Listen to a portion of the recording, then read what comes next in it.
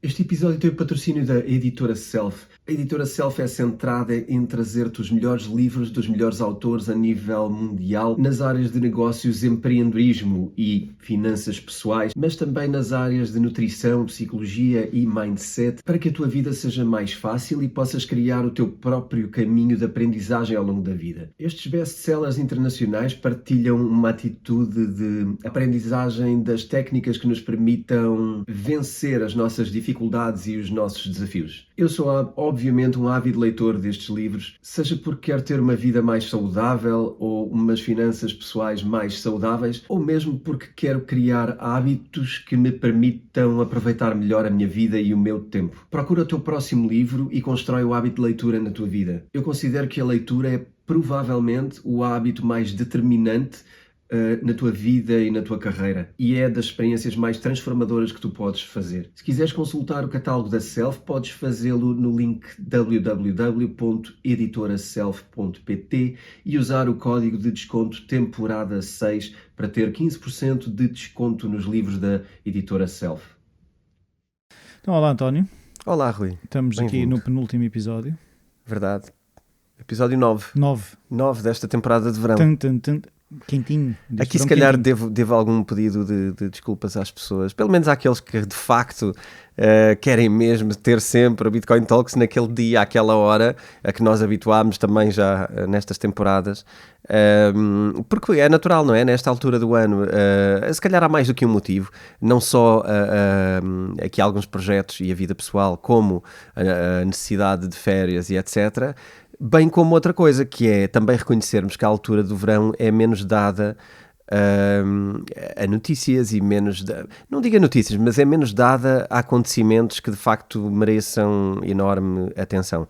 Não é que as equipas parem todas, mas de facto a economia anda mais devagar e todas as empresas andam mais devagar e todas as decisões andam mais devagar e portanto é um bocadinho também normal que, se não for por mim, também seja às vezes porque o mercado simplesmente está um bocadinho mais lento e se calhar até então as criptos não gostam da silly season, é isso?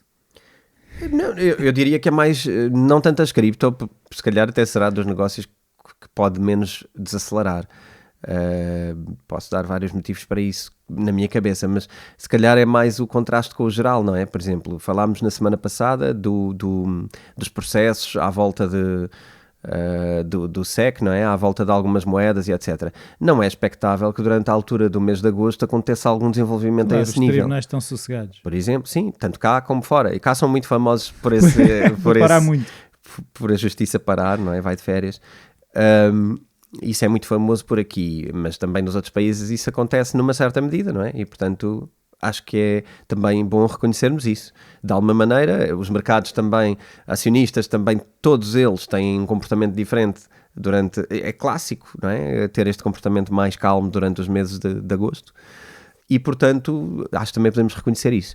Mas voltam em força, por exemplo, em setembro. Ou seja, se há aquela coisa de se as pessoas, até os investidores e muitas dessas estruturas, no fundo também aproveitam, se calhar, o verão, ou temos mais mortos para refletir sobre determinadas coisas, ok. E quando arrancam, vêm com novas ideias, com outras vontades e...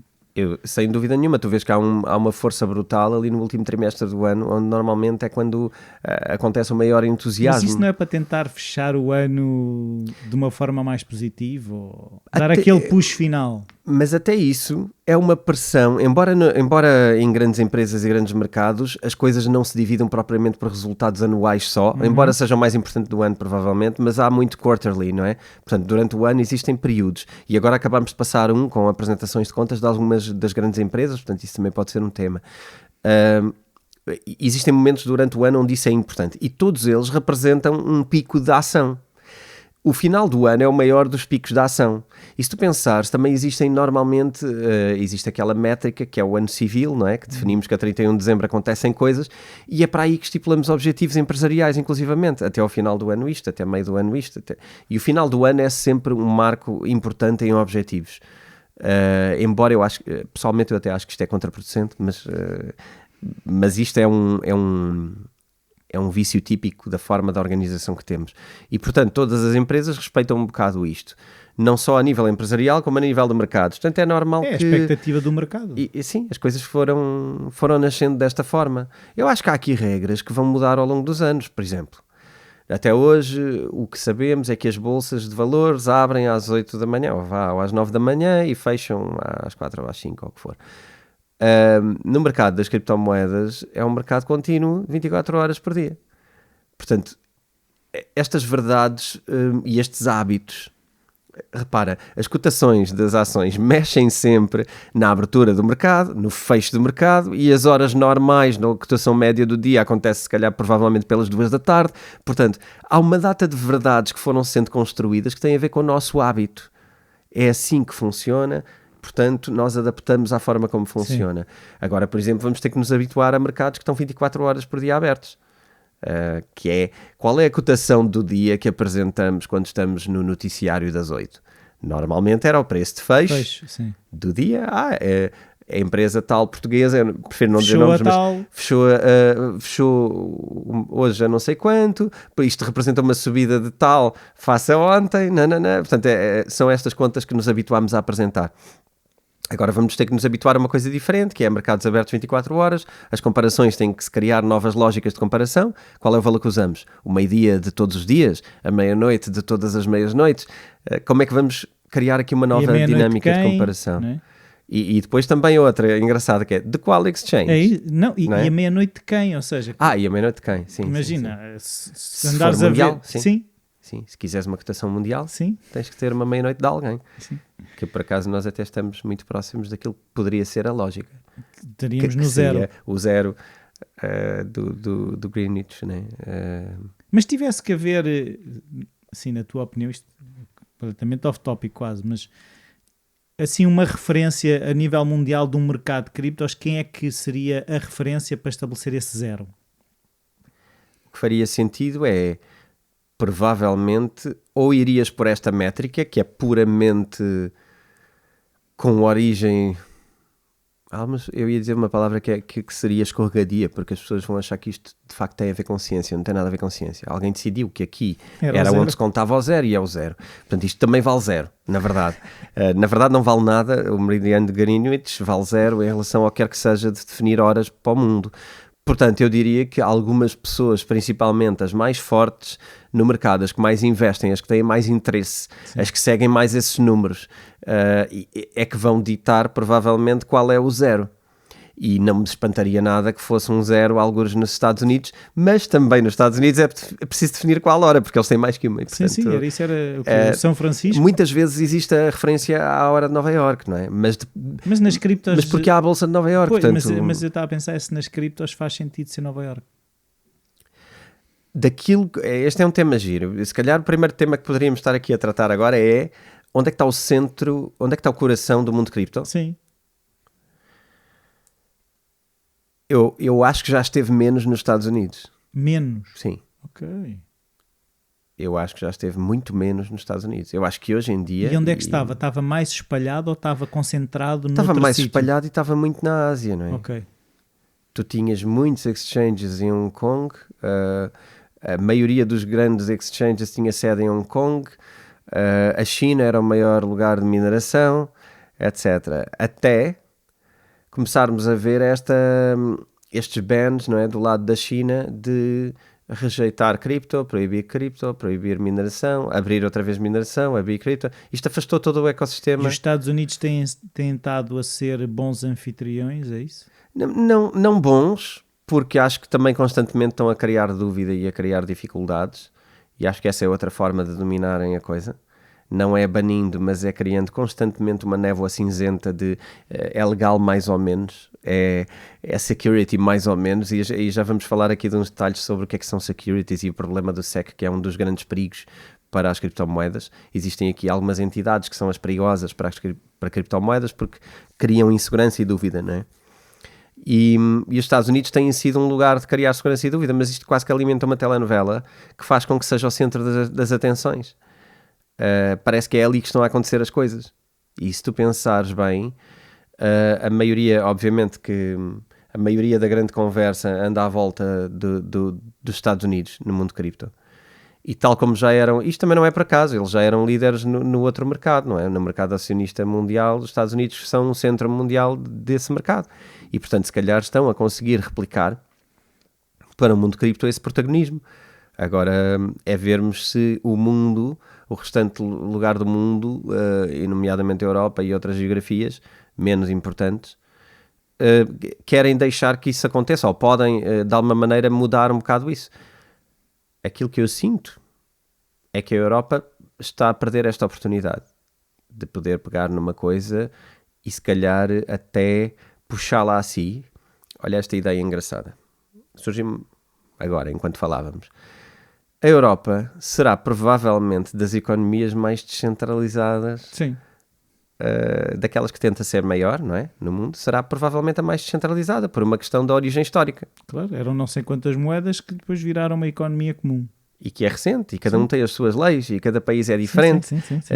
Existem fronteiras de certo nível, e portanto, até poderia ser algo que nós abraçávamos por familiaridade, porque estaríamos mais disponíveis para reconhecer algo que é mais parecido até connosco, uma ideia de descentralização, uma ideia de poderes, de alguma independência de poder face a uma centralização e etc.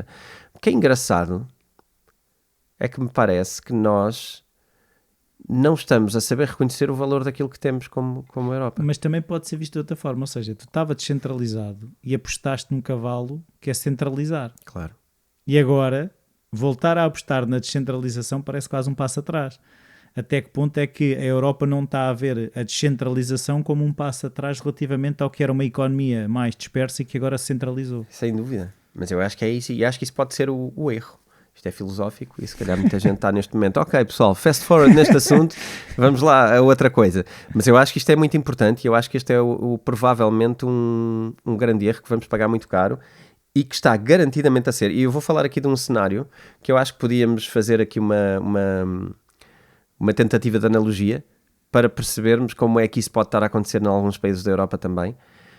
Porque a mim parece-me que, aliás, este próprio conflito que está a acontecer na Europa, eu acho que já está a abrir algumas mentes para alguma coisa que tem a ver com, se calhar, não é assim tão bom. Ser uma Europa. Não é só o ser uma Europa, mas o centralizar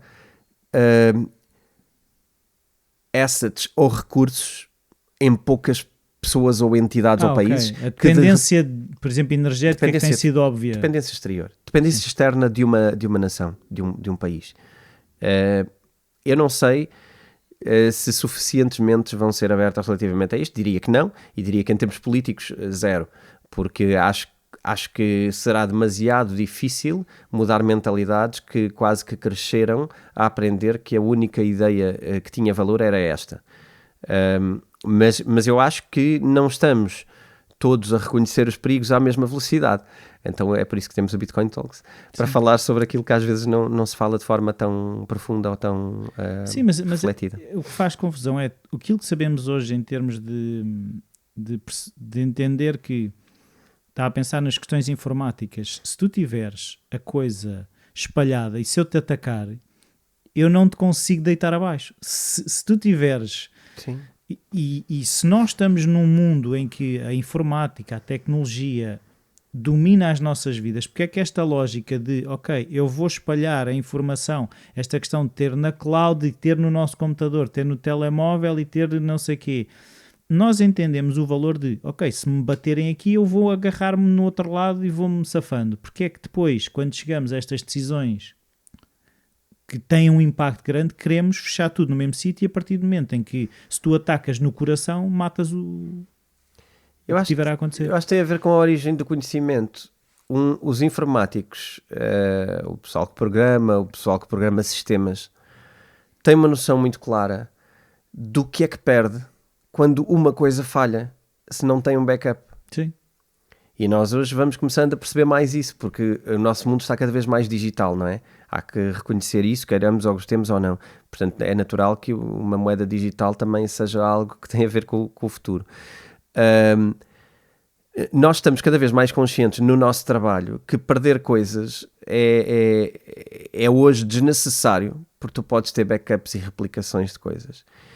E é muito perigoso, porque tu dedicas muitas horas para coisas que depois podes perder por inteiro e vai um sistema de uma empresa abaixo e é mesmo complicado, não é? Porque já tudo se baseia naquilo. O caminho de aprendizagem de outras pessoas que hoje governam não são pessoas dessas áreas. E, portanto, a filosofia de vida dessas pessoas não é a mesma. Os perigos para elas não são os mesmos. Estudam áreas diferentes, onde as coisas se calhar são mais perenes, são mais duradouras e inabaláveis.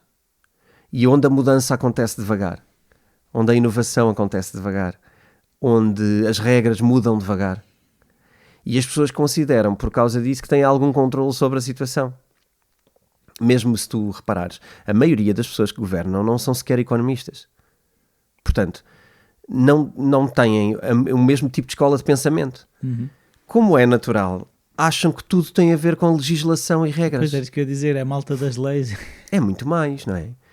E acham que se constrói coisas com base em fazer regras para coisas. Sim, tu tens legislações que têm anos, dezenas de anos, se calhar centenas algumas, não é? Sim, e depois é aquela ideia de vamos criar o equilíbrio a partir daqui. Não vamos, porque depois as coisas não acontecem conforme estão escritas no papel, acontecem de forma diferente, e sempre.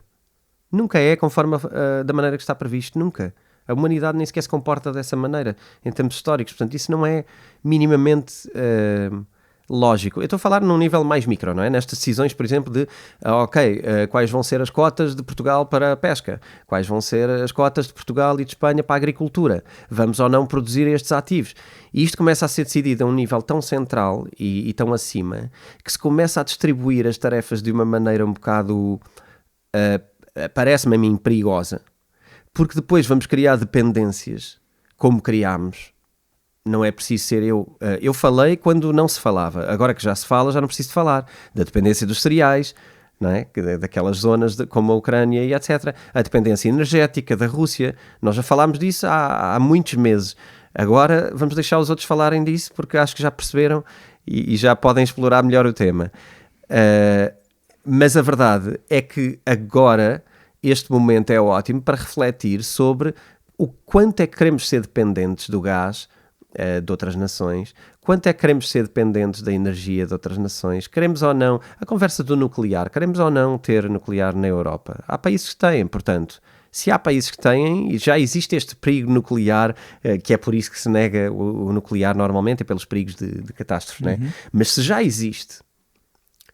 O perigo já existe. Até que ponto é que faz sentido continuar a existir sem se refletir se deve ou não ser uma aposta às vezes suficientes? Eu acho que ficamos muitas vezes presos na conversa do politicamente correto, de agora Portugal abrir ou não uma central nuclear. Ficamos presos no politicamente correto e nunca percebemos, e eu não estou a dizer que sou pró ou contra nuclear, eu acho que é uma questão. Acho que é algo que gostava de ver argumentos profundos, pró, contra, toda a discussão aberta de uma forma grande e geral para que todos pudéssemos decidir. Agora, eu não tenho dúvidas de uma coisa. Se há centrais nucleares aqui à porta, que se tiverem problemas... Sim, nós somos afetados. Nós somos profundamente afetados. E mais, nós não temos qualquer controlo sobre o que se está lá a fazer. Não? Sobre o que se está a fazer nessa manutenção e nessa capacidade de ser seguro ou não. Então, quer dizer, eu sinto-me mais em perigo. Eu, como português, parece-me que devo sentir-me mais em perigo com uma central nuclear que nós não temos qualquer controle de vigilância nem de nada, nem de imposição de nada, do que termos uma nossa que nós podemos impor questões de controle. Mas eu estou só pela rama a tocar nisto, não estou minimamente a dizer que eu era a favor de abrirem e que deveria ser, mas eu acho que a dependência energética é uma questão. A dependência alimentar é uma questão. Não, e o perigoso que é isso que tu estavas a dizer, que é, de repente diz assim... Portugal pesca, Espanha faz cereais, França faz vinho, de repente há um problema qualquer, não há vinho, não há cereais, não há peixe... Porque está tudo no mesmo lugar. Está tudo, sim. Não é? Isto é o erro da centralização, e eu acho que nós entrámos nisso e agora parece-me que há pouca reflexão sobre isso, quer dizer... Isso já era sabido antes, não é? Isto são só correntes do pensamento que decidimos seguir uma cegamente. Agora estamos a ver as consequências de seguir uma cegamente. E agora vamos para outra coisa qualquer. Mas convém perceber que podemos ajustar, não é? Ok, Yeah, não foi certo. O que eu gostava de se calhar equacionar é que nós já sabíamos mais do que aquilo que estávamos a fazer. E não me faz sentido este tipo de escolhas quando nós já sabíamos mais. Esta ideia, depois de andarmos aqui a reboque, sim, a tapar buracos, e agora a reboque de decisões que depois vão gerar o quê? Mais regras, mais subsídios para aquela área ou para aquela área, e que não me parece que depois consigam transformar nada, porque o que tu estás a fazer às vezes é matar gerações. Tu já mataste se calhar uma geração da indústria, por exemplo, da área de pesca, por exemplo, em Portugal. Tu provavelmente andaste a investir milhões antes, e agora se calhar mataste gerações de pessoas que estariam direcionadas para aí e que sabiam e percebiam de tudo. E agora o que é que vais fazer quando quiseres reativar ou aumentar? Vais pedir formação aos estrangeiros, se calhar. Vais ter que pedir fora, porque tu aqui se calhar já desqualificaste pessoas, desinteressaste pessoas, e nós éramos se calhar fortes nessa área, estávamos a ser qualificados nessa área, fruto até de muito investimento, e de repente desapostaste, se é que se possa dizer assim, mas retiraste completamente a mão relativamente a uma área que agora provavelmente vai fazer algum sentido reativar. O mesmo na agricultura. Sim, que de repente... na questão das queijarias, eu lembro-me quando houve aquelas normas todas vindas da Europa que a queijaria tinha que ser assim, cozida e frita. Lembro-me de ver uma senhora qualquer, numa aldeia, a dizer: eu não vou gastar o dinheiro todo em transformar a minha queijaria nessa coisa toda, porque o dinheiro que os queijos... E lá está, o conhecimento desta senhora vai-se perder. Os queijos que ela fazia vão-se perder, porque ela não tinha dinheiro para investir na requalificação da queijaria, não é? Sim, eu acho que vais ter que levar mais a sério estas ideias do artesanal, não é? Do pequeno. Mas aquilo que eu sinto é que nos outros países estavam-se a borrifar para isso e que as pessoas continuavam a funcionar. Cá acabamos de ser mais papistas que o Papa. Não, isso há um lado que tem a ver com a identidade, não é? Nós temos uma identidade relativamente frágil. E isso tem vantagens e desvantagens, mas eu acho que nós temos uma identidade frágil no que diz respeito a negócios e até a explorar os nossos recursos naturais. Acho que temos muito pouca visão para isso. Vamos muito a reboque de coisas. Quem está fora sabe sempre mais. E depois não valorizamos as coisas. Tu vais para um país como a Suécia ou como os países nórdicos, têm coisas que não é o pensamento que vem de fora. Eles têm um pensamento muito forte, uma identidade muito forte. Sim, mesmo, e isso mesmo tem vantagens, aqui... também tem desvantagens. Sim, mas mesmo franceses, italianos e não sei o quê, até os espanhóis, tipo, não... Eu acho que apesar de tudo, também aqui reconhecer alguma coisa, eu acho que apesar de tudo nós estamos a construir aqui, estamos a ir buscar, se reparares, muitos produtos e muitas coisas que estamos a ir buscar à nossa história, talvez a história mais recente, mas estamos a tentar ir buscar uma data de ideias giras, como por exemplo esta questão dos enlatados e estas coisas todas. Eu acho que é uma ideia engraçada que tem a ver com a nossa história, e portanto eu acho que devíamos alimentar mais esse tipo de ideias e perceber muitas vezes que na economia vai ser necessário ter um grau de independência, não porque queiramos levar o rumo A ou B, mas porque coisas que acontecem afetam outras coisas. E agora estamos a ter um efeito brutal de outra coisa. Repara, a questão do gás não é brincadeira. Fala-se da possibilidade do gás aumentar 40% a 50%. Poxa. E repara a dependência que nós construímos na nossa indústria, no nosso país, relativamente ao gás, que é um recurso, é um tipo de energia, e que agora, se tivermos esse aumento, ele virá de fora garantidamente, não é? Porque não aconteceu nada ao gás português, não há aqui nada para acontecer, além da pandemia, que também é levada muito ao de leve relativamente às consequências económicas que estamos a ter. A maioria das consequências de aumento de preços que estamos a ter é por causa da forma como lidamos com o vírus do corona, e portanto lamentavelmente podemos estar a atribuir causas a outras coisas, mas não é. Agora, temos uma dependência energética, temos uma dependência alimentar complicada, e que eu acho que tem menos a ver com criticarmos se calhar os stocks que andavam a ser feitos das coisas, porque o stock é uma vida a prazo, e fala-se muito, eu tenho ouvido falar aqui ou ali, não sei se fala muito, mas eu como vejo poucas notícias desse género, não sei se isto é muito ou pouco, mas sei que se falou de não podemos ter os níveis de stocks tão baixos em Portugal, etc. Eu acho que não é sobre isso, porque tens uma vida a prazo na mesma. Ninguém acha que esta guerra agora dura mais um mês ou dois e fechou. Vai para férias. Não, e assim que acaba, volta tudo ao que era antes. E que de repente vais ter os preços que tinhas e a produção que tinhas. Quer dizer, tu estás a destruir países. Como é que tu vais ter a produção que tinhas? Não vais ter. Não, isto não é sobre o estoque. Não é para o mês que vem. Tu podes dizer, um estoque maior é sempre melhor. Sim, senhor, concordo. E se calhar o estoque era baixo demais. Mas essa não é a conversa. A conversa é como é que vamos produzir e ter a capacidade de resistir a coisas. Não é cá agora o estoque mais 20% ou mais 50%. Isso é uma conversa do desespero, né? Que é, estamos sempre a prazo. Quero ter um prazo maior. Estás na mesma desesperado, não é? Sim. Tens ou não produção descentralizada e que permita, se há problema aqui, tens um centro dali. Tens alternativa. Não? A otimização de custos não pode ser total. Esta ideia, isto é como aos investimentos. E tu sabes, Rui, que a gente já falou aqui 1000 vezes sobre como é que é um bom investimento. Não é ter o dinheiro todo naquilo que rende mais, certo? Certo. Sim. É a questão de teres distribuído e perceberes que isso resiste com uma coisa sobe, a outra desce, a outra e andas assim. É teres uma coisa média que tende para bom, não é? Mas teres as coisas divididas. O que nós estamos a fazer é centralizar os ovos todos no mesmo cesto do lado da produção de bens que são essenciais para vivermos. E isto tem um custo altíssimo. E vamos falar aqui de um país que está a ter esse custo agora. Então podemos, se calhar, saltar para lá já? Vamos saltar para lá. Olha o caso. É o Sri Lanka que eu vou falar. É um país que eu tenho alguma afinidade, porque era um dos países, era o próximo país da minha lista de visitas, para onde eu estava precisamente a querer viajar na altura em que as coisas acabaram por fechar, por causa do Covid.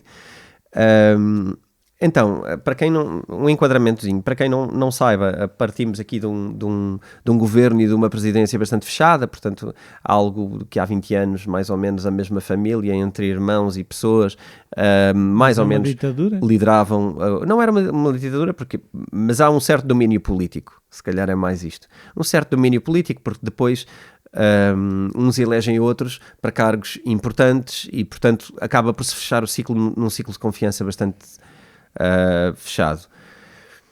Então, vivia-se também uma situação na altura de guerra civil, portanto, há aqui um contexto difícil, com atentados e etc. E estas pessoas, ao longo dos anos, foram prometendo e de alguma maneira até conseguindo reduzir aqui os atentados e reduzir a instabilidade social. Ok? Portanto, nesse caso, nem tudo vai mal neste domínio.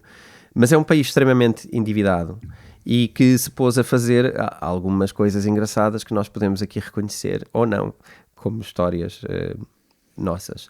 A construção de estádios, a construção de um segundo aeroporto, neste caso vazio e não utilizado, que não está a ser praticamente utilizado. Beja, não. E que tinha uma dívida de 51 bilhões, portanto uma dívida altíssima, 51 mil milhões no nosso caso, e que conseguiu acrescentar aqui mais 5 bilhões a estes 51 nos últimos anos, a construir coisas que não foram coisas extremamente pensadas para ser lucrativas ou para serem de alguma maneira potenciadoras da economia. Estas coisas não foram isso. Tiveram o azar de que o país estava virado para o turismo, virou-se para o turismo. Claro. E com a pandemia, não é, acabou-se o turismo e aqui acabou-se mesmo. E as regras, se quisermos, foram as regras que de alguma maneira terminaram com o turismo. Portugal da Ásia?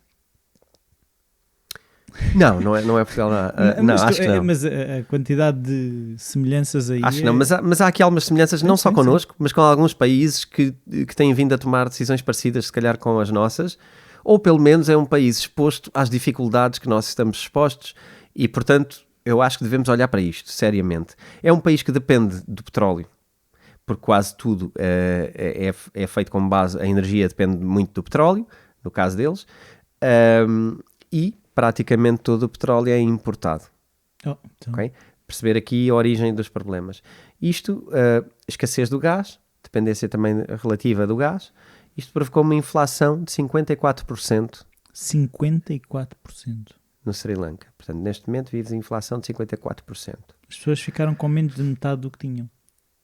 As pessoas estão a comprar as coisas 54% mais caro. Ou seja, o dinheiro permite muito menos. E estamos a entrar numa situação de fome, ok? Em algumas zonas e em alguns estratos sociais do país está a começar a entrar.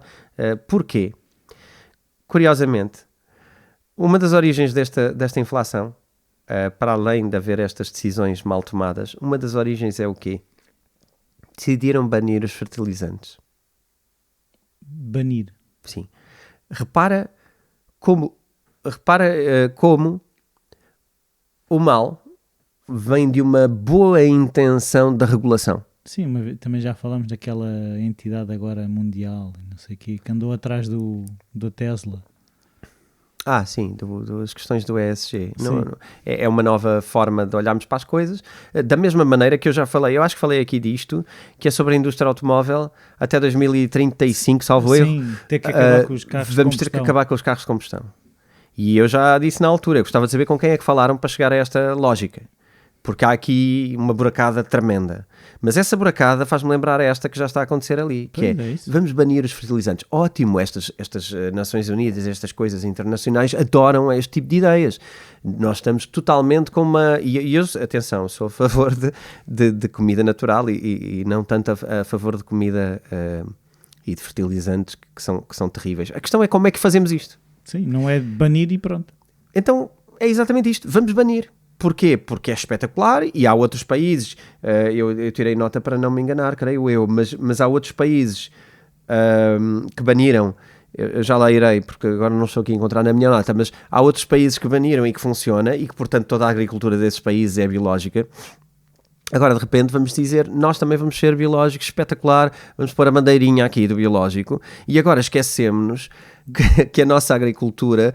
Era fundamental ter fertilizantes, a nossa agricultura não estava preparada para não ter, os nossos estoques não estavam preparados para não ter. Uma das nossas maiores exportações, estou a falar como Sri Lanka, uma das nossas maiores exportações é o chá. A queda de produção no chá foi brutal por causa de tirar os fertilizantes. E tu teres só questões orgânicas cortou, porque é assim, corta a produção, não é? Não há aqui segredo nenhum. Vai cortar a produção, idealmente vais para melhor, mas isto é no longo prazo. Sim. No curto prazo tu fazes um choque destes, em cima de uma pandemia, em cima de uma dependência de petróleo, em cima de algumas decisões mal feitas de construir um aeroporto no momento errado, no sítio errado, eventualmente com pouca utilização. Repara, eles foram avisados. Houve estudos na altura do lado agrícola que disse que a agricultura podia cair, a produção agrícola ia cair 60% se fizéssemos isto assim. O que é que se decidiu? Vamos fazer. A cassete do parecer bem para fora foi mais importante do que estudar e levar a sério quem sabia que estas coisas iam acontecer. E repara, isto ia cair 60% num certo período de tempo. Só para dizer, já caiu 43% só neste período. Portanto, isto é material. Sim. Lá está.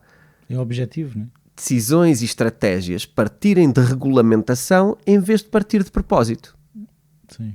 É porque parece... É isso que tu dizes, é o parece bem, não é? Parece bem. Nós não temos cá aquela expressão que é o para inglês ver. Sim, mas isto é governar para inglês ver, é governar para parecer bem de fora, é governar para conseguir, enfim, conseguir benefícios e etc. E aqui, é engraçado ver também, sabes que o Sri Lanka também é um dos grandes produtores de arroz. Acabou de importar 450 milhões de dólares em arroz. Excelente negócio, deixar de produzir e começar a comprar. E agora importa. E também não importa biológico. Importa. Estás a ver? Importa porque quer comer, porque é preciso para comer. Isto é estratégia que parte da regulamentação. Mas não, é o que tu dizes, não compram só dos agricultores verdes, né? Dos que não usam fertilizantes. Sim. Agora compra desesperadamente e compra caro. Claro. E se calhar compra ao seu concorrente e uma data de outras asneiras que vai atirar o país sei lá quantas décadas para trás. Porquê? Porque, repara, já falámos disto assim por alto, onde eu vejo muito valor. A China, de facto, tem vindo a ter este potencial de crescimento todo. Mas existe um plano governamental chinês para 75 anos.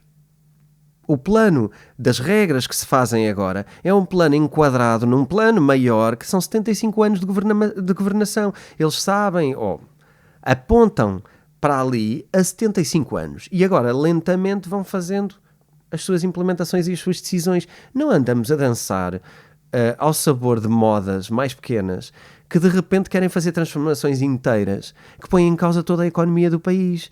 A exportação de chá era uma das maiores do mundo, de um país que é relativamente pequeno, Sri Lanka.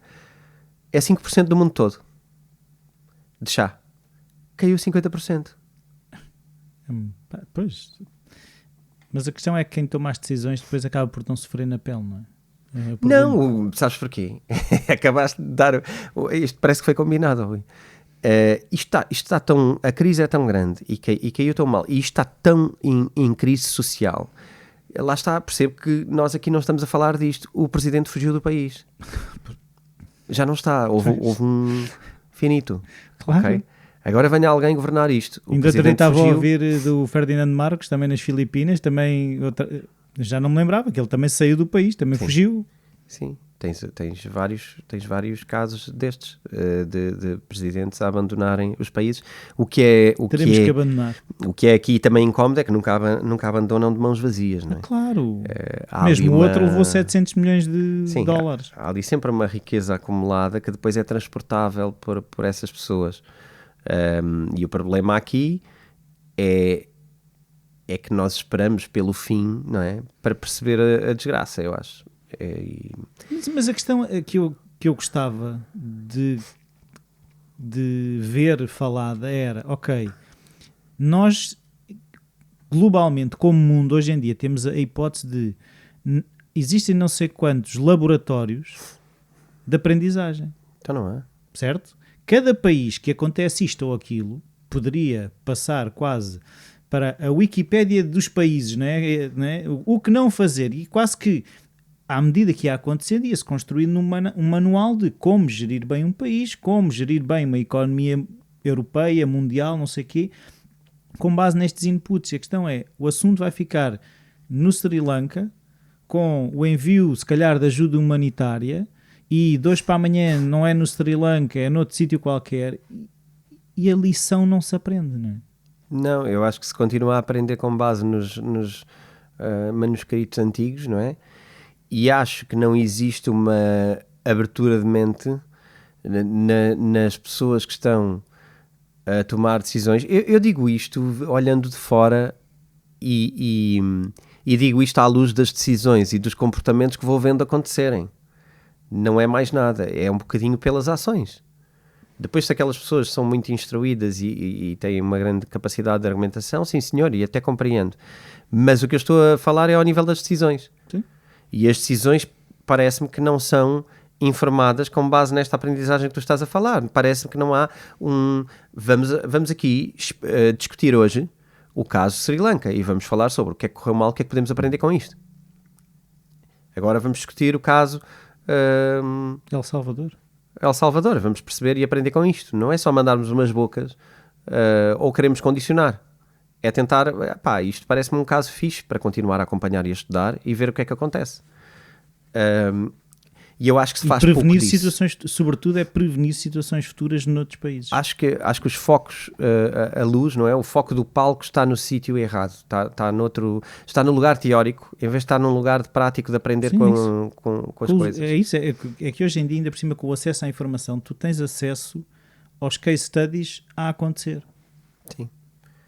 Então, olha, é esta partilha que eu acho que é importante. Acho que isto é mais um resultado deste tipo de comportamentos. Obviamente que não estamos a falar de Europa e Sri Lanka terem o mesmo tipo de governação ou o mesmo tipo de forma de eleições ou o mesmo tipo, sei lá, de centralização até.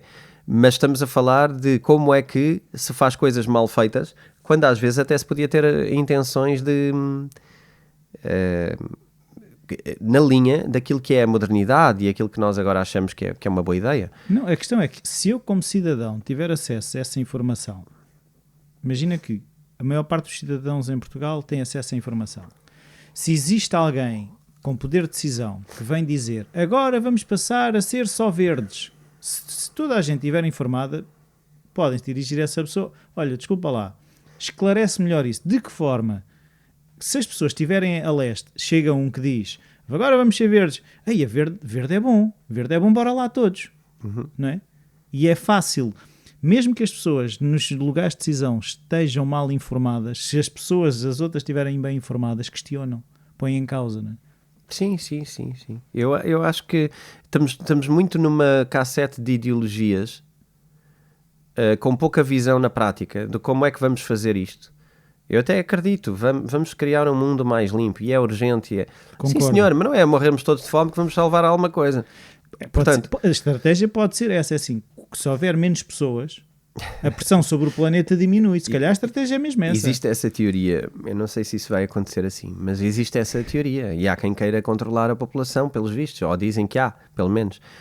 Mas enfim, eu gostava de achar que não temos que fazer isso, porque isso era um bocado, sei lá, era um bocado estranho. Quando a China fez isso e controlou a população através quem é que tinha filhos ou quem é que não tinha filhos? Quem tivesse mais do que um filho estava ilegal e, portanto, tinha consequências. Ninguém no mundo gostou disso e, portanto, eu acho que isso é muito difícil de vender aqui ao Ocidente. Eu agora acho que é fácil vender que queremos salvar o planeta. Eu acho que não podemos agir de forma ignorante, que é querer mudar o planeta para ontem. E mesmo que ele... mas o planeta só vai durar até amanhã. Pá, para já isso não é verdade. E em segundo lugar, é assim,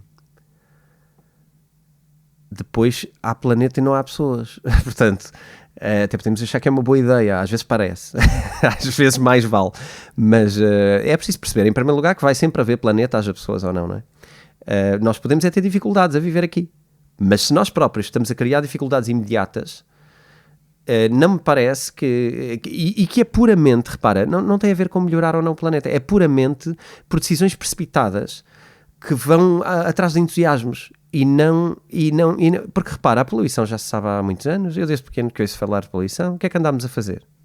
Nada. Agora queremos resolver tudo num dia?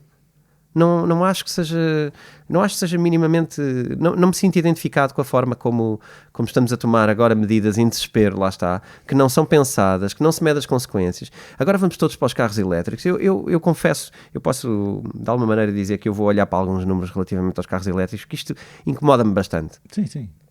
Porque nós temos carros que lançam alguns gases para a atmosfera, mas agora vamos ter carros que têm baterias.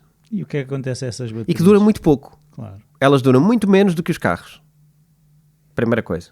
Sim, tu tens carros de 1920 que ainda continuas a pôr combustível e andam. E nem é preciso ir tão longe. Sim, mas... Uma bateria boa, ao que consta, vai durar 5, 7 anos. Ok? 10 se for daquelas marcas que as pessoas gostam. Talvez. Não sei. Talvez. 10 anos. A quantidade de baterias que tu vais ter para processar parece-me muito preocupante e, portanto, eu vou fazer umas contas e hei de trazê-las cá por puro exercício geek do meu lado, mas é uma resposta que eu ainda não vi. O que é que vamos fazer com esta poluição? Porque eu não estou a ver o que é que vamos fazer com aquela poluição. Vamos devolver o lítio ao solo. Não sei como. E além de outra coisa, não é? Que é o lítio que existe para os carros que vão precisar de existir. E isto é completamente estúpido. Porque já se sabe que não há. Não há lítio suficiente. Não há. E não vai haver, a menos que tu comeces a fazer coisas muito graves, que são crimes ecológicos brutais, numa data de países que se calhar vão vender a saúde do país a esta necessidade. Que é uma crença. É puramente uma crença.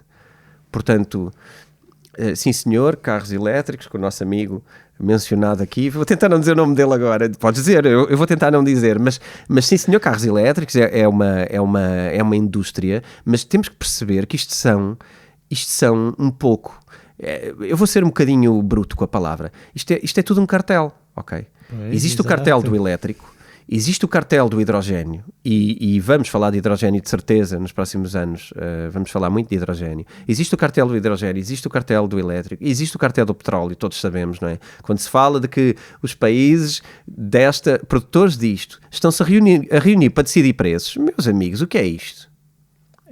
Isto é o cartel do petróleo a decidir o que é que vai fazer e como é que vai, e a quem vende, a quem não vende e a quanto, ok? E agora queremos o cartel da energia, não é? Para as baterias e para estas coisas do elétrico, e depois já há aqui o cartel do hidrogénio fortemente também a investir para dominar esse outro recurso. E se nós andarmos nesta ideia, repara que estamos outra vez a entrar na mesma ideia, e eu peço desculpa por estar-me a alongar nisto porque isto é um bocado off-topic, mas se nós continuarmos nesta coisa, já estamos a entrar no futebol. Petróleo versus elétrico versus hidrogénio, e depois o que se faz é publicar vídeos a mostrar como é que um é tão melhor que o outro, como é que o outro é tão melhor que o outro. façam-se estudos mais alargados, façam-se aqui divulgue-se informação. De fim de semana. O que eu sinto é que andamos aqui constantemente com esta coisa do eu sou do elétrico, tu és do combustível, tu vais ser do hidrogénio, e depois somos um grupo de amigos e estamos aqui a discutir o que é melhor, o que é pior, quando estas coisas podem ser um bocadinho mais aprofundadas. E eu gostava muito de ver, adoro a ideia de que não estamos a colocar gases na atmosfera, acho muito eficiente uma data de situações relativamente aos carros elétricos. Tenho uma dúvida, que é o que é que vamos fazer e qual é o saldo da poluição face às baterias, e como é que vamos resolver isto. E esta dimensão eu acho que precisa de ser um bocadinho esmiuçada. Eu acho que aquilo que nós sabemos até de ecologia é na diversidade que tu tens as melhores condições, né? Se tu tiveres hidrogénio e elétrico e combustão... Mas depois tens um problema, que é, há um conjunto de países que decide que, queiras ou não, já não compras mais carros a combustível. Pois, é isso que eu estou a dizer. Isso não faz sentido. Vem de cima. Sim, passas a ser ilegal. Tu já não podes circular com carros com uma certa data. Em zonas de Lisboa. E há algumas zonas de Lisboa, por exemplo. Verdade. Já a decisão já não é minimamente tua. Tu já não podes dizer, mas olha, eu pago mais imposto de selo, eu quero ter o meu carro antigo, eu não quero trocar de carro, e continuo a fazer a minha vida com o carro antigo. Não, meu amigo. Tu podes ter o teu carro antigo, não te vão proibir, porque isto parece demasiado. Então é uma proibição faseada. Tu já não podes circular nestas áreas, tu depois já nunca mais podes produzir carros com aquelas características, agora é com outras, mas atenção, eu não quero ser aqui poluidor minimamente, pelo contrário, preocupo-me bastante com isso. Mas acho que lá está, preocupo-me com isso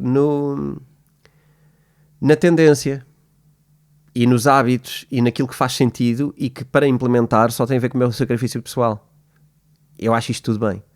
Agora, por exemplo, proibições que vão levar as pessoas todas a trocarem de carro mais rápido, por exemplo, são péssimas para a ecologia. Porque tu se calhar tens carros perfeitamente funcionais e o dano, isto já existem alguns números sobre isto, e há anos que eu falo disto, o dano de tu trocares de carro para um mais ecológico, aquilo que tu largas é um objeto mono que não... que por si, em poluição, representa muito mais, mas muito mais na natureza do que alguma vez esse carro continuar a produzir, a poluir até não andar. Todos os objetos daquele carro vão poluir tudo. E, portanto, o dano da transição ser rápida é muito maior do que o dano da transição ser lenta. Sim, mas aí implica um plano a 75 anos, não é? Pois, implica isto. E reconhecer que, economicamente, isto não é interessante. Agora, repara, se tu puderes começar a substituir os carros todos rapidamente, o que tu sabes é que tu vais faturar que se farta em carros, não é? É isso. Por exemplo, os governos têm interesse, porque se vendes carros há impostos. Isto é quase um impulso à economia. Mas enfim, we digress. Sim. Vamos lá. Gostava então de voltar aqui ao mundo cripto, ok? Vamos fazer aqui um bocadinho vamos fazer um exercício também já aqui agora em balanço, recuperar energia. Vamos fazer um exercício de falar de alguns temas cripto que podem ser buzzwords e que podem andar por aqui, e vamos pôr aqui algumas dúvidas que tu trouxeste aqui no pré-episódio e vamos refletir um bocadinho sobre elas, e eu queria trazer aqui algumas notícias para dar aqui uma dinâmica diferente a este episódio agora. Então, algumas coisas que me parecem relevantes de falar aqui. O banco francês BNP Paribas, que movimenta 13 trilhões de ativos no mundo, portanto é um gigante, neste momento, por afetação, por ser parceiro de empresas suíças de custódia de ativos digitais, também já o é, de forma indireta, mas também dizer aqui que podemos estar a jogar dois jogos, um mais tradicional, um mais inovador. A verdade é que, como falávamos desde o início, os exchanges, os custody de criptomoedas, todas estas pessoas vão ter capital de bancos por trás, porque este negócio é o mesmo. Não é? Isto é um negócio do not your keys, not your coin. É um negócio do teres o dinheiro no banco não está na tua posse. É um negócio de teres o dinheiro no exchange não está do teu lado. Tudo o que é custódia está do lado de alguém, tem as tuas chaves, tem o teu dinheiro, e portanto ele não está salvo, não está no teu bolso, de ninguém, não está no teu bolso, e está de alguma maneira frágil perante outras coisas. Lembrar sempre que isto não tem a ver com criptomoedas versus o resto do mundo. Tem a ver com, tens uma private wallet, tens o dinheiro do teu lado. Isto é a filosofia básica da Bitcoin. Não é serviço, não é cripto coisas, é uma coisa básica. Ter o nosso dinheiro numa carteira que é nossa, que só nós é que temos as chaves. É um tesouro guardado e transportável à velocidade da luz, né? Que é para qualquer lado do mundo. Claro. Acho que isto é extremamente eficiente para lembrar as bases e para percebermos quem está a entrar. Vamos ver mais quem está a entrar. Falámos aqui o outro dia de BlackRock. BlackRock também entrou agora como investidor no mundo cripto, tanto a BlackRock como a Fidelity. Direto ou através de empresas que são detidas por eles? Através de investimento na USDC, Okay. que falámos aqui no episódio passado. Falámos do USDC como uma stablecoin. A Circle, que é a empresa que lidera o USDC, teve um investimento de 200 milhões do lado da BlackRock e mais 200 milhões do lado da Fidelity. Portanto, vemos aqui em grande TradFi, se assim se poderia dizer, Traditional Finance, a investir em grande numa das coisas mais polémicas do momento, que são stablecoins, mas a investir não na stablecoin, como nós que compramos uma stablecoin, a investir em equity da empresa, portanto, a investir em ações da empresa, a entrar em capital da empresa. O que seria ótimo, eu adoraria, em vez de comprar o USDC, gostava de poder... Adorava comprar em ações da Circle. Neste momento eu estaria motivadíssimo, e isto não é minimamente conselho financeiro para ninguém, até porque isto não é possível. Não, só grandes fundos e grandes investimentos é que podem fazê-lo, não está cotado em bolsa. Portanto... Nem tem, se calhar tem interesse, um bocadinho aquilo aquele que não se pode dizer o nome. Cujo nome não se pode dizer. We don't talk about então, Bruno. peraí, mas vou já estragar isso.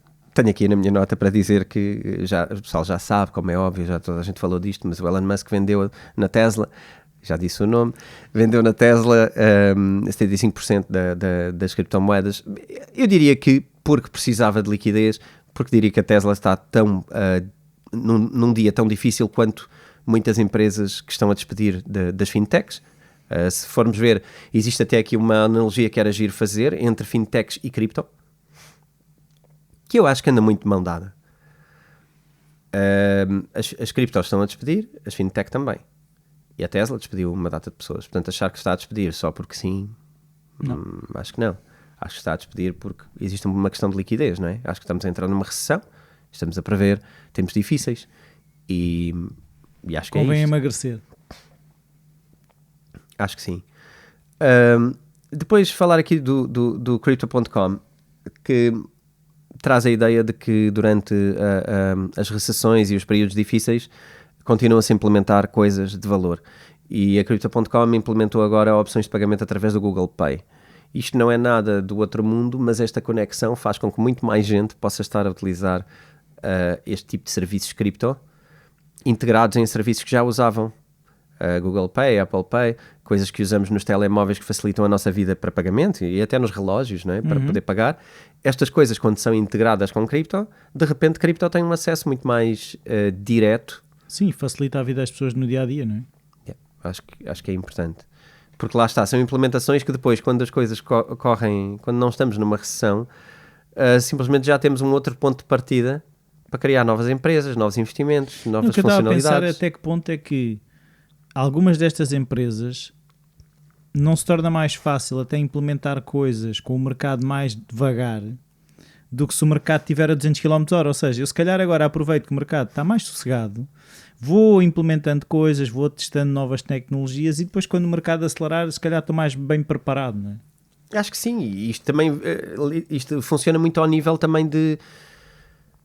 Isto depois há um nível micro, que é a quantidade de empresas que vão surgir a seguir e que já partem com estes pressupostos, não é? Portanto, quem é forte e sólido vai conseguir sustentar-se e vai estar a implementar coisas de raiz e vai escolher e vai estar nas mais importantes e vai trabalhar aquilo que vai ter futuro e depois isto vai fazer um layer, isto vai permitir um second layer. Eu diria que hoje, no livro em 2018, falei muito de um second layer, da Bitcoin e da velocidade e do que é, e que nós não vamos funcionar com as coisas naquele nível. Vamos funcionar num layer 2, layer 3, por aí fora. Falo muito desta comparação. Eu acho que nós estamos hoje a construir fortemente uma Layer 2 já. Já não estamos numa Layer 1. Certo. Acho que estamos num nível de mais de serviços, de simplificação de processos, de mais velocidade. Sim, até essa própria integração que tu agora falaste Sim, do isto é um completo Layer 2 Crypto.com. ou eventualmente mais que Layer 2, mas é completamente isso.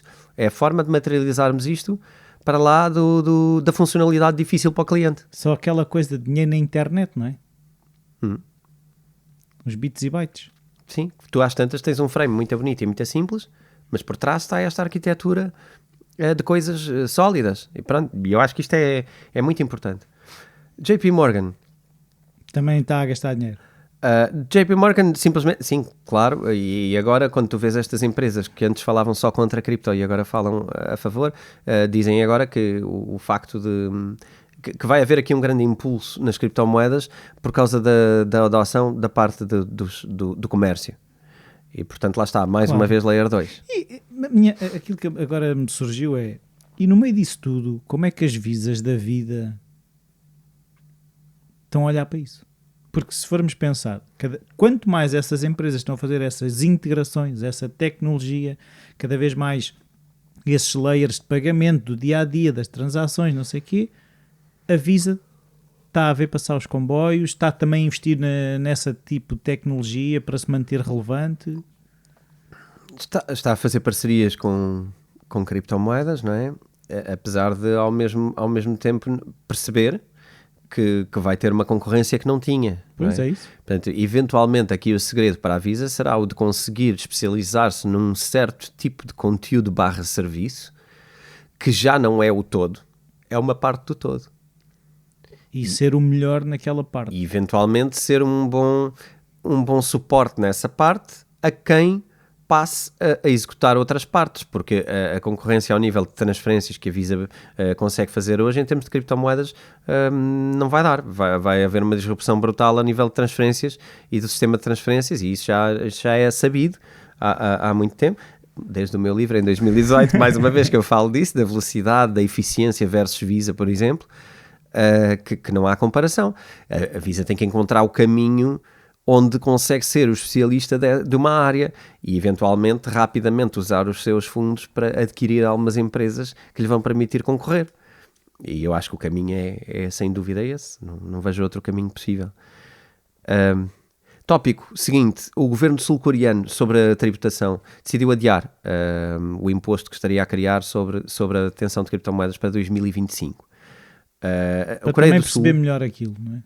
A Coreia do Sul é um dos países mais fortes em termos cripto. Tu tens alguns telemóveis que já vêm com carteiras criptos que são criados lá na Coreia do Sul. Existe uma quantidade muito grande de pagamentos na Coreia do Sul. Também no Japão, em criptomoedas, é muito, muito, muito frequente pagar em criptomoedas em qualquer sítio que vás. E, portanto, estes países estão muito à frente na utilização, na adoção. Aqui é um adiar de uma parte da tributação que me parece, lá está, também do lado do pessoal cripto, vamos dizer assim, do lado das pessoas que estão neste mundo cripto, muitas vezes também nos assustamos logo com as coisas logo à primeira, não é? Ficamos logo também de pé atrás com uma data de coisas. E eu acho que este tipo de notícias também são boas para percebermos que existe, pelo menos em algumas entidades e em algumas pessoas, alguma vontade também de ser cauteloso a tentar fazer as coisas. Parece-me que isto é um sinal interessante. Um sinal que também tem a ver com conversas anteriores nossas é que o segundo maior fundo de pensões do Canadá investiu 150 milhões em soluções de criptomoedas, portanto em vários prestadores de serviços cripto. Ok. Isto não foi significa... nas criptos diretamente. Não foi em criptos diretamente, mas infelizmente, porque se calhar teria tido melhor performance, sim. porque uma parte investiram em Celsius e Celsius deu o problema que deu, não é? Portanto, abriu a falência.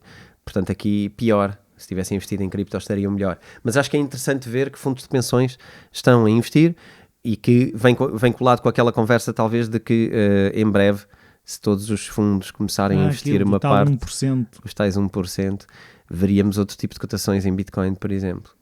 Até mais em Bitcoin do que noutras coisas. No Reino Unido foi apresentado um projeto de lei segundo o qual as stablecoins serão regulamentadas como formas de pagamento. Como assim? Isto significa que a um ritmo diferente.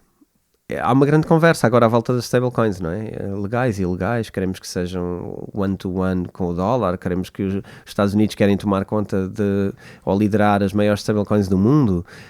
Será que toda esta regulamentação e estas reuniões do SEC relativamente às stablecoins e esta necessidade e discussão em Washington acerca de stablecoins e da competição das stablecoins com o dólar, elas não funcionam de igual modo em todo o mundo. E a Inglaterra, se calhar, não está tão preocupada se as stablecoins têm ou não uma ligação com o dólar. Está a fazer um tipo de regulamentação diferente, se calhar, para stablecoins. Isto vai ser giro de ver como é que todas estas coisas vão encaixar no fim. Mas regulamentar stablecoins como formas de pagamento é brutal para o sistema financeiro em termos de eficiência de transferências. Sim. Falámos ainda agora desse cenário. Existe aqui um lado do mundo que eventualmente acha que as stablecoins são até muito mais um serviço financeiro que pode ser prestado aos bancos para melhorar o serviço. Velocidade, confiança, uma data de melhorias que podem ser feitas em transferências. Serem usadas como uma ponte. Como uma ponte, nomeadamente até entre moedas diferentes, porque de facto funciona. E isto é espetacular para geografias, por exemplo, como a Europa. Poderia ser, por exemplo. Mas eu agora estava a pensar, mas eles equacionam, por exemplo, imagina que eu pego em euros, compro o SDC e troco o SDC para dólares. É isso? Pode passar por isso? Sim, por exemplo. Imagina que em vez de ser direto de euros para dólares, passar Imagina que tens uma conta bancária na Suíça e vives na Inglaterra. Tens uma conta bancária na Inglaterra e tu queres transferir para a tua conta na Suíça. Tu tens que mudar de moeda. Eles têm moedas diferentes. Um tem libra, outro tem o franco suíço, não é? E então, todo este processo é lento, burocrático, caro e para quê, não é? Se já tens uma coisa melhor. Parece aquela piada que se fazia sempre no Shark Tank. There has to be a better way, não é? Então é quando tu descobres e crias uma empresa nova que faz uma coisa de uma maneira melhor e mais fácil e mais simples e mais barata. E as stablecoins fazem isso. Portanto, como serviço, eu acho que são muito interessantes até para geografias como a Europa, onde tens ainda moedas diferentes. Portanto, ponto positivo. Sim. Na Rússia foram agora emitidos diplomas académicos em NFTs. É sério? Sim, não sei dizer se foi uma faculdade específica, sequer se ela é estatal, sei que foi na Rússia, e que foi feito na blockchain de Ethereum.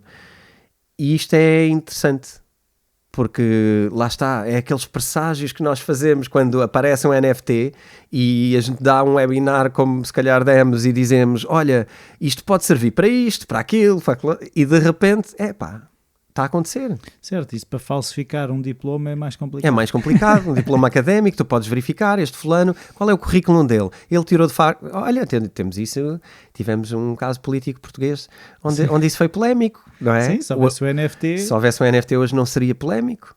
Não, é que tu podes ter aquilo linkado às presenças nas aulas, estás a ver, aquilo pode dar isso tudo. Quem é que atribuiu quais notas? Quem é que mudou notas ou reviu notas académicas? Quantas vezes é que o currículo dele foi acessado? Acessado e por quem? E quem é que lhe fez alterações? E isto é espetacular. É um mundo simplificado. Certo. É os tribunais vazios de problemas. Porque... Espero é que o diploma em NFT não seja só um JPEG encriptado. É isso. Não, acho que não é. É um documento, não é? Que está registado numa rede que é de confiança e, portanto... Vamos a isto para simplificar os tribunais, porque os tribunais deviam decidir. Agora, por rede tipo de confiança, uma coisa que eu me lembro que é a questão de os smart contracts. Há muitas coisas que são feitas na rede de Ethereum. E outro dia estava um amigo a dizer que se calhar esta questão do Ethereum Classic, que eu estava a dizer que eu tenho algum Ethereum Classic e que desde que eu comprei só tenho estado, ou seja, desde que eu comprei só baixou. E ele estava-me a dizer que a rede do Ethereum Classic pode depois, se houver questões com o Proof of Stake e não sei o que se pode transmitir, ou seja, que há coisas que podem ser mudadas e que funcionarão na rede Ethereum Classic, que à partida será um impulso para que o valor suba. Sim. há algum tempo atrás, não sei se aqui, mas provavelmente não terá sido então aqui no podcast, eu falei sobre as semelhanças e as diferenças entre o Ethereum Classic e o Ethereum Norm, que nós reconhecemos como o Ethereum, pronto, digamos assim. A moeda do Vitalik. E sim, e recentemente numa entrevista eu falei disso, de haver aqui uma oportunidade numa eventual falha. Eu fiz essa relação no nível de a probabilidade de falha, que eu acho que deve ser muito baixa, mas fiz essa relação em 2 pontos. Primeiro no mining e segundo na possível problemática do POS. Enquanto o Ethereum Classic, para quem não saiba, é a mesma coisa do que o Ethereum é um fork que nós vemos. Foi o primeiro grande fork, o primeiro grande hard fork, onde o Ethereum Classic decidiu, e já explicámos isso aqui anteriormente, onde o Ethereum Classic decidiu continuar a prometer as mesmas características do que no início, e o Ethereum que nós conhecemos, o mais popular, decidiu fazer um reset e redistribuir a moeda, evitando assim um hack feito à moeda. O Classic, mantendo-se em POW, portanto em Proof of Work, vai manter-se outra vez mais fiel às origens. Até agora, isso não se revelou como um grande asset, e portanto o Ethereum Classic vale muito menos do que o Ethereum normal, vou-lhe chamar assim, no mercado, como token. Mas se amanhã a história correr menos bem ao Ethereum normal. Vamos ter aqui uma atenção brutal em cima do Ethereum Classic.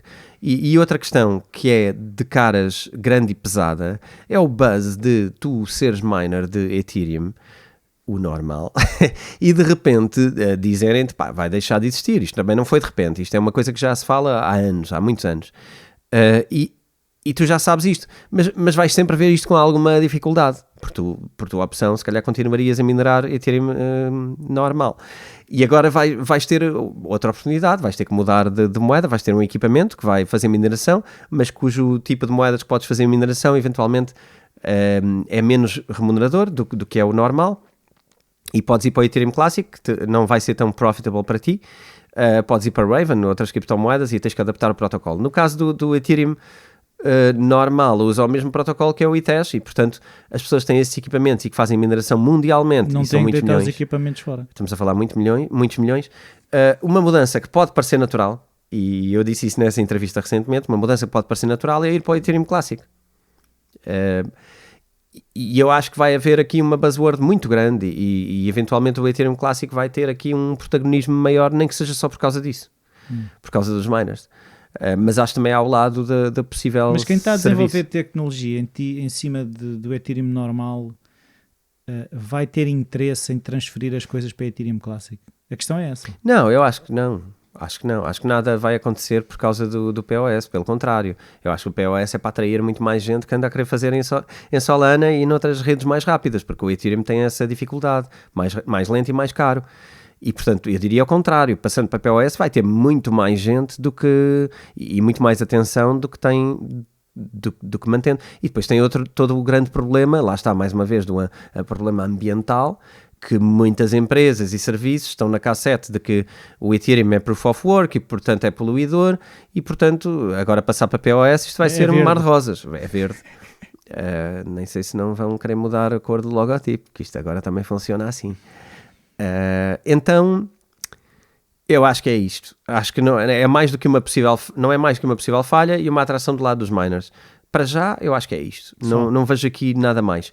O Ethereum Classic há tempos atrás, já há uns anos, teve também uma equipa melhorada. Algumas pessoas com reconhecido valor foram para o Ethereum Classic implementar coisas. Também sei que existe uma Ethereum Virtual Machine que permite de alguma maneira replicar coisas do Ethereum normal no Ethereum Classic, portanto existe aqui uma ponte facilitada, mas não fiz uma investigação profunda para ver onde é que estamos em termos de smart contracts, e portanto não sei, mas claramente pode ser uma opção para quem queira POW com Ethereum, é claro.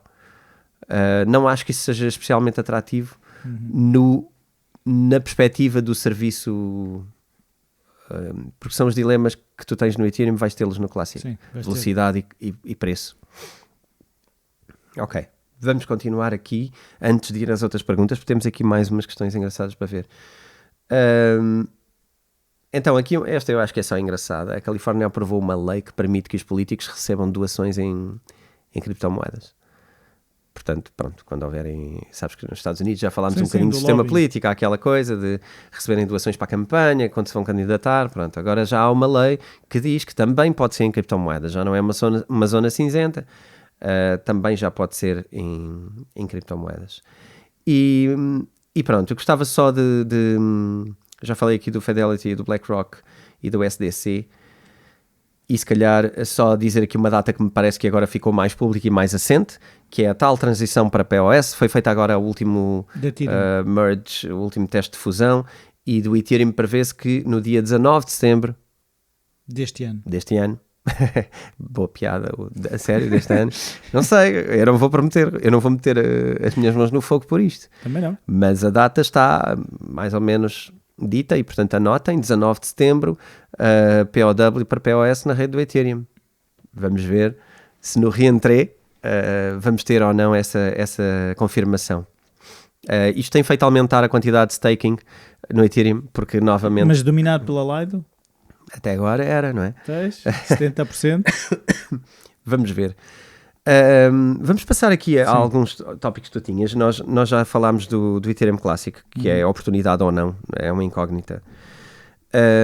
Tu falaste um bocadinho sobre o metaverso, queres-me reformular? Porque eu estava a perguntar, porque eu lembro-me que nós fizemos um webinar sobre metaverso, e lembro-me que na altura havia muito mais buzz sobre a questão do metaverso, que está-se a investir muito, e não sei se aquilo não foi perto da altura em que o Facebook passou a meta, não sei se isso tudo também não trouxe mais visibilidade à questão, mas a sensação que eu tenho é que havia mais conversa sobre está-se a criar isto, e há também uns tokens e não sei o quê, e há empresas que estão muito investidas, e lembro-me nós no webinar também falámos, tu trouxeste algumas criptomoedas que estão muito ligadas ao metaverso e que estavam a desenvolver muita coisa sobre... E aquilo que eu sinto é que agora é grilos, não soube nada, e a questão é se o metaverso parou, se tal como o resto do mundo das criptomoedas, se continua a investir, mas está tudo a falar menos e a fazer, era um bocado de perceber isso. Sim, como há bocado eu estava meio em off, e agora se calhar repetindo um bocadinho algumas coisas que falámos, mas eu acho que isto tem muito a ver com o timing, com o momento. Aquele momento inicial, eu vejo que o Facebook foi à boleia desta moda do metaverso, e portanto foi um bocadinho, apesar de já estar a querer investir nessa área, eu acho que foi um bocadinho à boleia da moda do metaverso. E acho que se calhar não correu assim tão bem nesse aspecto. Porque não se preveu, não se pensou a mudar o nome, se era por buzz. Para já havia ali um problema. Chamar-se Facebook era um problema, não é? Porque já não é Facebook aquilo, já tem várias coisas. Então não dá para ser Facebook. Se calhar foi só, acho que um entusiasmo maior do que devia. Mas eventualmente eu acho que tem muito a ver com o futuro do Facebook, do Instagram e do WhatsApp e do mundo que eles estão a construir na mesma. Porque é um mundo muito virado para o metaverso. E eu acho que isto tem a ver com o timing. Porquê? Porque nós na altura, de facto, só se falava de metaverso e só se falava destas implementações muito também com os NFTs, na mesma altura, porque as coisas estão ligadas. Mas eu acho que foi. E acho que isto é natural em todo o tipo de áreas que aparecem, que é, primeiro, deslumbramos-nos com uma coisa nova. E essa coisa vem e nós percebemos o que é que isto vai mudar. Sim. E temos este momento de nos deslumbrarmos e percebermos a quantidade... Isto vai ser tão bom, e vou fazer isto, e vou fazer aquilo. Vamos poder fazer isto, vamos poder fazer aquilo, e vamos pensar em 1000 coisas e vamos ficar extremamente fascinados com como é que o mundo vai mudar novamente com esta coisa.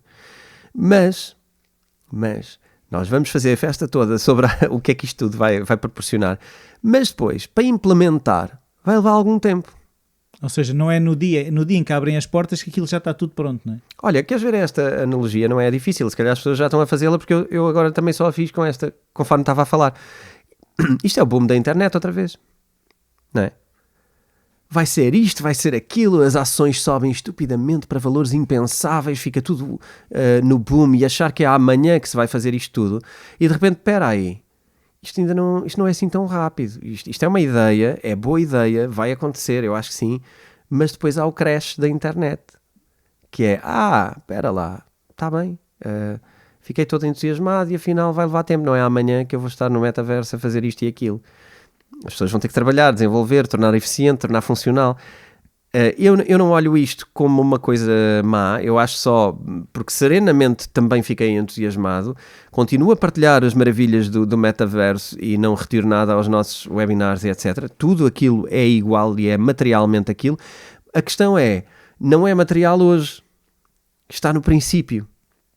E, portanto, como dissemos também na altura, algumas coisas vão falhar, algumas ideias não vão ser bem assim, algumas empresas não vão ser estas, vão ser outras. Mas o core é isto, é mais ou menos isto.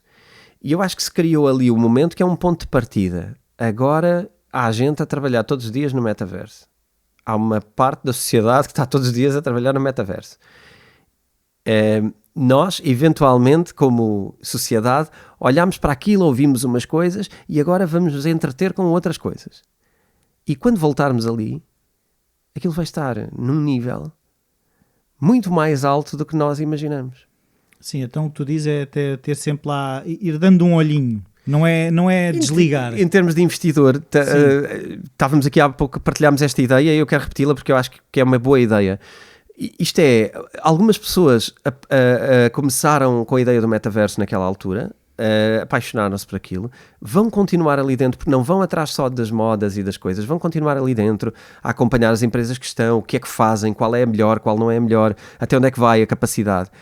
E repara, quando entrar ali uma empresa, ou um serviço, ou uma ideia, que de repente é diferente do que está a ser feito por muito, essas pessoas estão numa posição muito favorecida para reconhecer. E, portanto, os geeks do metaverso, que eventualmente até possam começar só com o nosso webinar há uns tempos atrás e de repente interessaram-se e vão se manter ali. As pessoas que se mantiverem ali e navegarem naquilo e gostarem, estiverem por gosto, quando acontecer uma coisa grande, vão ser os melhores decisores, vão ser os mais bem posicionados para ganhar e lucrar com a situação. Isso é um bocadinho o que aconteceu se calhar no início das criptomoedas, da Bitcoin, não é? Quando surgiu, aquilo não valia nada. Sim. Eu lembro de ouvir uma história qualquer de alguém que pagou não sei quantas mil bitcoins por pizzas ou... Sim, 10 mil bitcoins por pizzas. Por 2 pizzas, sim. Sim. E lá está. Se calhar as pessoas do início que continuaram a acreditar nas criptomoedas e que se calhar têm muitas, hoje em dia o valor que essas criptomoedas têm... Sim, é essa a ideia. E repara, eu próprio no livro também conto essa história de como é que foi a minha relação com as criptomoedas. Eu ouvi falar muito mais cedo do que me mantive profundamente a investigar. Eu só comecei a investigar mais profundamente, se calhar, uns 4 anos depois. O que é que isto implica? Que se calhar as oportunidades de investimento mais cedo seriam muito mais consequentes. Ou seja, se eu tivesse investido, por exemplo, em Bitcoin em 2013, com o nível de conhecimento que fui adquirindo em 2016, para aí fora, teria outro tipo de resultados, não é? Portanto, isto não é uma lamentação de maneira nenhuma, mas é só uma explicação de um processo. Se mais cedo tivéssemos estudado e aprendido, mais cedo estávamos dentro do mercado para prever as variações. E por isso é que eu digo, perguntam muitas vezes, não é? Quando é que eu devo investir em criptomoedas? Qual é que é a melhor altura? É sempre ontem. Eu digo sempre, aliás, eu nunca digo ontem, eu digo sempre, é hoje. O melhor dia para investir é hoje ou ontem.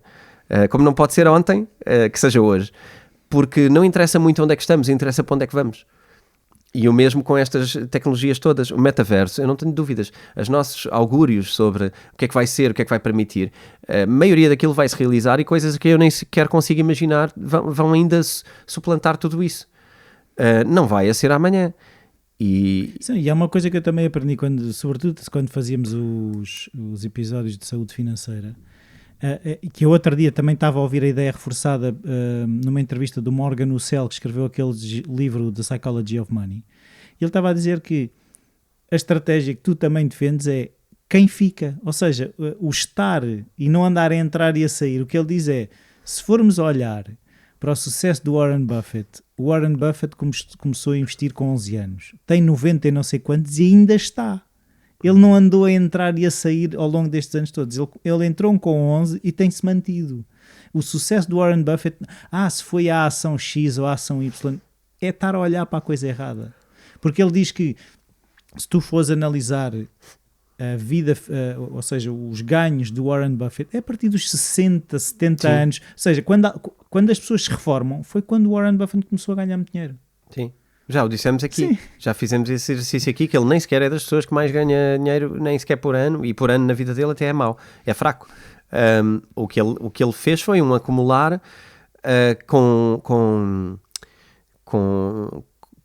com juro composto, ou seja, compounding, não é isso? O compounding sempre, que é a forma como nós também na saúde financeira fomos defendendo a ideia de como é que se constrói a riqueza, não é? Que tem a ver com tu estás investido nas coisas, e eu acho que essa é a única maneira de facto de construir algo. Tudo, mesmo na natureza é assim que se constrói coisas, portanto é com consistência e regando todos os dias.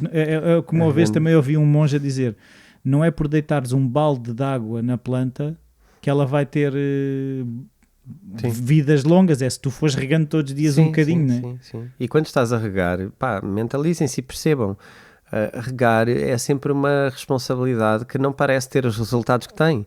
Quando estamos a fazer aquilo, estamos a achar que isto até é um bocado seca, não é? Eu quero resultados rápidos, isto é um bocado seca.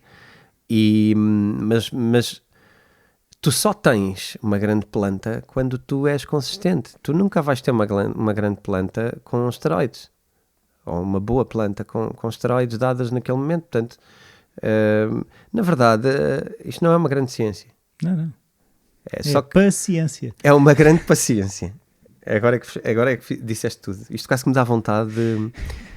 Eu acho que isto fechava o episódio muito bem aqui. É preciso paciência. É paciência. Deixa-me só partilhar uma coisa que eu acho também é fixe sobre... Até porque vou fazer uma colagem porque ajuda a ter a paciência e ajuda a ter a consistência. Nós também falámos disto enquanto estávamos aqui a preparar o setting do nosso cenário. Tu tens muito mais paciência e tu aguentas muito mais as dores do processo quando estás rodeado de pessoas com quem podes partilhar essas dores. Sim. Não é? E além disso, sentes-te menos sozinho, porque se nós como equipa percebermos, ok, estamos todos no mesmo barco, é mais fácil empatizar, porque eu se sentir que sou um outcast, que sou o único que estou a sofrer, there's something wrong with me, é algo de errado comigo, mais facilmente o desconforto vai aumentar e eu vou querer sair do desconforto. Se eu sentir, ok, todos estamos a passar por isto, de que forma é que nos podemos ajudar e vamos falando, a mim também me dói, não sei o quê, ok, eu não estou sozinho, o desconforto diminui e eu permito-me ficar lá mais tempo. Sentes-te menos stray, sentes-te menos diferente e não é só a questão do diferente, é muito mais a questão do sozinho, de facto. E errado. Sentes-te menos errado e menos sozinho, há mais gente que pensa como eu, isto não é assim tão... Se os outros não estão descabido. ao meu lado e não estão a sofrer e não estão aqui, é porque se calhar eu estou a sofrer porque estou aqui.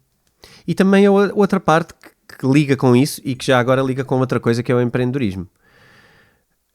Mas tu precisas de partilhar, isto acontece muito também no empreendedorismo, por isso é que há tantos grupos e tantos meetups e tantas coisas, porque tu precisas de encontrar pessoas que tenham o mesmo tipo de dores que tu tens e com quem possas falar sobre essas dores, porque de facto tens vidas muito diferentes de pessoas que não são empreendedoras e isso mexe muito com os sentimentos. E então tu precisas de alguma maneira de ter com quem partilhar o mesmo tipo de dores, não só para aprender, porque de facto os empreendedores também têm essa característica, que é que são pessoas que valorizam muito o aprender e aprendem muito rápido se estiverem viradas para isso, não é? Daí dos meetups, partilha isto. E às vezes a solução é só falares com alguém que já te resolveu aquele problema antes e não precisas estar a inventar a roda mais uma vez. Então eu acho que é isto, é não estar a ter que inventar a roda sozinho, a forma de lidar com isto. E isto cola muito com a ideia do empreendedorismo, portanto eu acho muito lógico que as pessoas precisem, e quem aguentou momentos difíceis com criptomoedas e perdeu, sei lá, não sei se perdeu, eu ia dizer perdeu paciência, não, conseguiu de alguma maneira enfrentar este endurance, não é? Esteve durante algum período de tempo a perder valor, mas aguentou muito melhor, de certeza, se teve gente à volta que também fez o mesmo ou que também estava convicto de que era aquilo que devia fazer. Sim. E portanto, tempos difíceis, encontrar força à volta também. Olha, isso agora faz-me lembrar aqui o plug da coisa que é a comunidade Discord, que eu acho que é um bocado isso que se passa na comunidade também, que é acabas por, se calhar, como tu referiste no episódio passado, tu até podes nos teus círculos reais, não sei como é que fora, sim, na tua vida pessoal do sim. cotidiana, podes não ter essas pessoas, e se calhar na comunidade Discord encontras essas pessoas que partilham.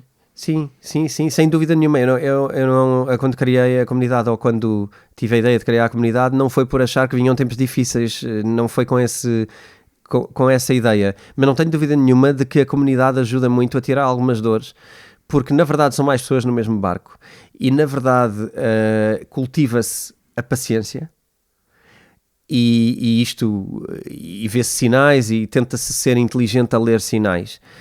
E se nós temos a atitude do sair, quando há problemas sair, para já não vamos aprender, e segundo, não pertencemos à mesma estirpe. Então eu acho que é interessante, e acho que neste momento até funciona por acaso muito bem, esta ideia de que, sim, há momentos mais difíceis, mas de alguma maneira tu consegues passar por eles mais facilmente se conseguires estar numa comunidade onde se partilham argumentos. Isto é ou não bom?